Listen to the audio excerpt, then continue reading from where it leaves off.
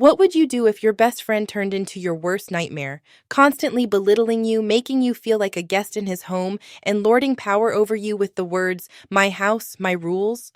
Well, when I had enough, I didn't fight back with words. I blindsided him in the most devastating way possible, and the look on his face when I walked out forever was pure gold. If you've ever been trapped under someone's thumb, a boss, a roommate, or even a so-called friend, and wished for sweet, sweet justice, then buckle up. This revenge story will hit you right in the soul. Don't forget to like, subscribe, and drop a comment if you've ever had a toxic roommate situation yourself. I know I'm not the only one. I was 18, fresh out of high school, and just starting university. Like many, I moved into student halls, where I met Donald. At first, he was a great friend, the kind of buddy you'd grab beers with after class, laugh with until sunrise, the guy you'd trust with your secrets. After our first year, 4 of us moved into a shared house. But when that lease ended, things changed.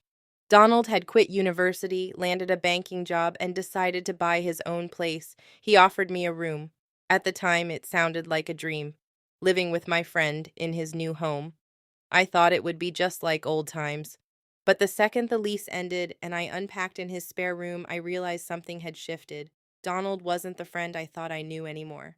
At first, it was little things. Donald got sharp, snide. Mutual friends would drop by, but he'd make them feel so unwelcome that they stopped coming around altogether. If someone laughed too loud, he'd glare. If someone disagreed with him, he'd sneer and cover it up with, "Relax, it's a joke." Nights out? Forget it.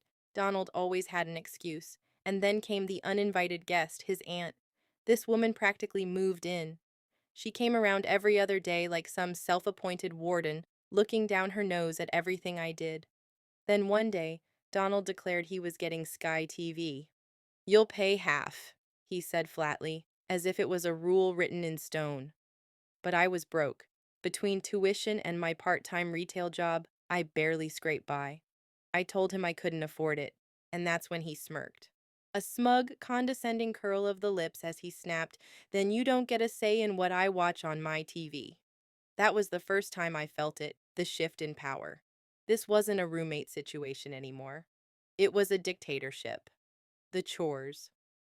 Oh, the endless manipulation about chores. No matter how much I cleaned, Donald would storm in, see one plate in the sink, and bark, "Why haven't you done the dishes?"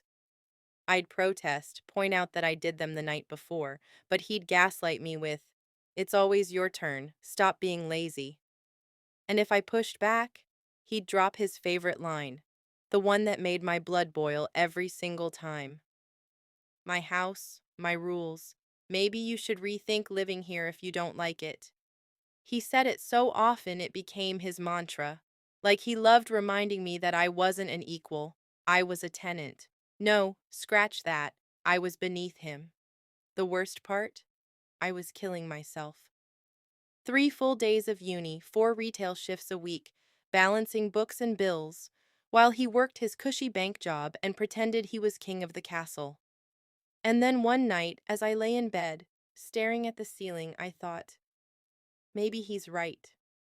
Maybe I should move out. It started quietly, a whisper of an idea. If I moved, I wouldn't just take my things, I'd take his safety net. His precious mortgage depended on my rent. And if he kept throwing my house, my rules in my face, well, maybe it was time to show him what life looked like without me.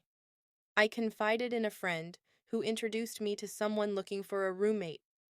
I met them, saw the room, and just like that, I had a way out. My parents, who'd watched me struggle, offered to drive up and help me move. We picked a weekend. I booked time off work. I packed in secret, stacking boxes in the corner of my room. And I didn't say a single word to Donald. The morning of the move, my parents arrived. Donald, unsuspecting, wandered into the living room, probably expecting another Saturday of lording his rules over me, but instead he found my parents hauling boxes. His eyes widened, confusion flickering across his face. "Oh, I didn't know you were coming to visit," he said to my mum, all sugary sweet, like he hadn't been treating me like garbage for months. And that's when I delivered the line I had been waiting for, calm, clear, like a dagger slipping between his ribs. "They're not here for a visit, Donald. They're here to move me out. I've found a new flat.